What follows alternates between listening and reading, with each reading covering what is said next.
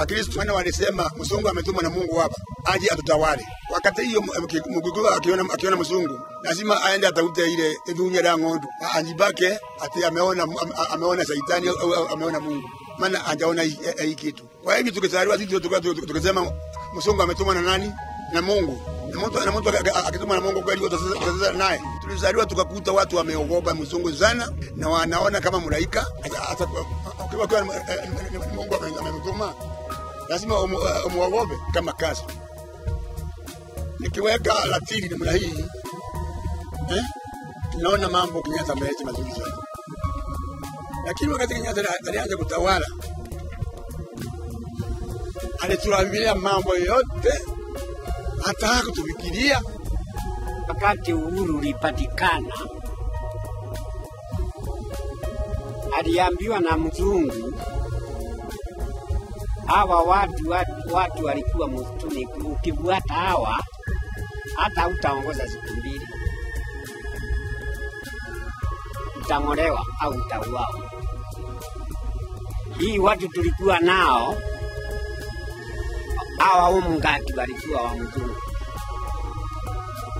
Hawa ndio Kenyatta aliambiwa akae nao. Wale walikuwa napigana na Mau Mau, hata wale walikuwa napiga Kenyatta. Sasa kwa kuwa Kenyatta ni binadamu, akaona kwa kweli hii watu, kwa kuwa mimi nilikuwa huko Nditini iko kama Angelo Kemadi walikuwa huko msituni, kwa kweli mimi sitaongoza.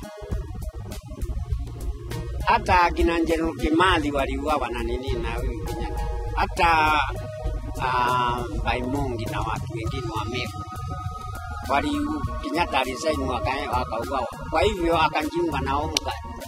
Kwa kuwa yale matendo walikuwa atendee watu wale walikuwa na hata walipigania yeye, hakufanya hivyo. Alisaliti wale walipigania huko. Nimekatwa na wale watu tulikuwa msituni nawe, lakini walikuwa askari wa mzungu. Yule mzungu naye alikuwa anasema mimi nitashika burani, kaza kutoa watu wa kumsaidia kushika yule mtu. Nilipigwa na wale walikuwa askari wangu. Ndio na isipokuwa walikuwa wasichana wawili ingeuawa, lakini hiyo ni nguvu ya Mungu. Maana wasichana walilia wakasema mkimoa sasa sisi tutoe, na walikuwa wamekuja na watu. Basi nikapigwa sikupigwa mali ambayo singepona, lakini nilipigwa mali nikaenda hospitali nikakataliwa kupewa dawa, maana mwe kaoza.